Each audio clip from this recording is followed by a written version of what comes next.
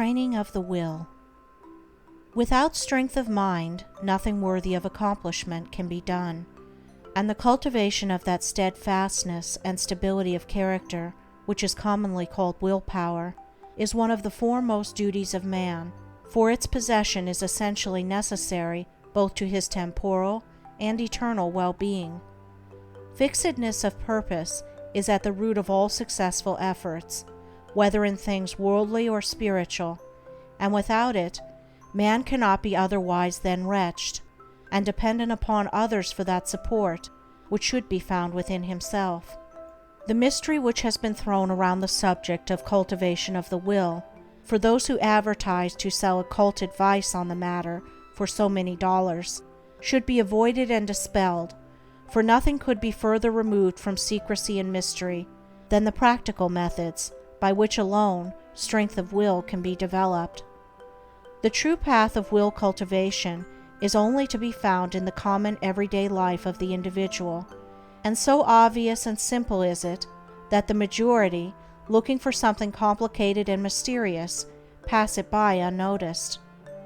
A little logical thought will soon convince a man that he cannot be both weak and strong at the same time, that he cannot develop a stronger will while remaining a slave to weak indulgences, and that therefore the direct and only way to that greater strength is to assail and conquer his weaknesses. All the means for that cultivation of the will are already at hand in the mind and life of the individual. They reside in the weak side of his character, by attacking and vanquishing which the necessary strength of will be developed.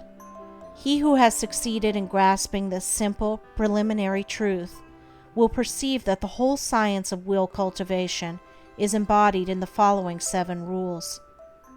1. Break off bad habits. 2. Form good habits. 3. Give scrupulous attention to the duty of the present moment. 4. Do vigorously and at once whatever has to be done. 5. Live by rule. 6. Control the tongue. 7. Control the mind. Anyone who earnestly meditates upon and diligently practices the above rules will not fail to develop that purity of purpose and power of will which will enable him to successfully cope with every difficulty and pass triumphantly through every emergency. It will be seen that the first step is the breaking away from bad habits.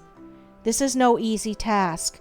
It demands the putting forth of great efforts, or a succession of efforts, and it is by such efforts that the will can alone be invigorated and fortified. If one refuses to take the first step, he cannot increase in willpower, for by submitting to a bad habit, because of the immediate pleasure which it affords, one forfeits the right to rule over himself, and is so far a weak slave.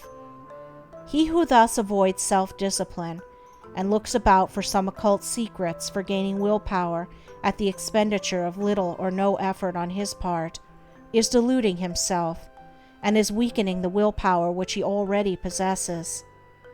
The increased strength of will, which is gained by success in overcoming bad habits, enables one to initiate good habits. For while the conquering of a bad habit requires merely strength of purpose, the forming of a new one necessitates the intelligent direction of purpose. To do this, a man must be mentally active and energetic, and must keep a constant watch upon himself. As a man succeeds in perfecting himself in the second rule, it will not be very difficult for him to observe the third, that of giving scrupulous attention to the duty of the present moment. Thoroughness is a step in the development of the will which cannot be passed over. Slipshod work is an indication of weakness. Perfection should be aimed at, even in the smallest task. By not dividing the mind, but giving the whole attention to each separate task as it presents itself, singleness of purpose and intense concentration of mind are gradually gained, 2 mental powers which give weight and worth of character and bring repose and joy to their possessor. The 4th rule, that of doing vigorously and at once, whatever has to be done, is equally important. Idleness and a strong will cannot go together, and procrastination is a total barrier to the acquisition of purposeful action. Nothing should be put off until another time, not even for a few minutes. That which ought to be done now should be done now.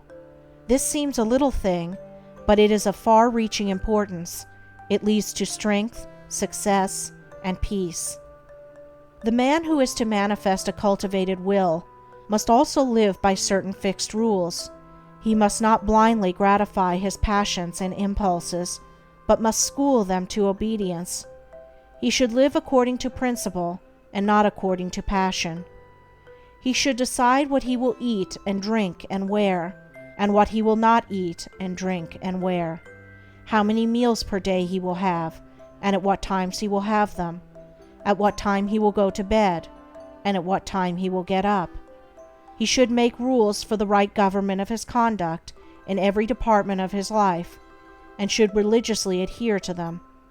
To live loosely and indiscriminately, eating and drinking and sensually indulging at the beck and call of appetite and inclination, is to be a mere animal, and not a man with will and reason. The beast in man must be scourged and disciplined and brought into subjugation, and this can only be done by training the mind and life on certain fixed rules of right conduct. The saint attains to holiness by not violating his vows, and the man who lives according to good and fixed rules is strong to accomplish his purpose. The sixth rule, that of controlling the tongue, must be practiced until one has perfect command of his speech, so that he utters nothing in peevishness, anger, irritability, or with evil intent. The man of strong will does not allow his tongue to run thoughtlessly and without check. All these 6 rules, if faithfully practiced, will lead up to the 7th, which is the most important of them all, namely, rightly controlling the mind. Self-control is the most essential thing in life, yet least understood, but he who patiently practices the rules herein laid down, bringing them into requisition in all his ways and undertakings, will learn, by his own experience and efforts, how to control and train his mind, and to earn thereby the supreme crown of manhood, the crown of a perfectly poised will.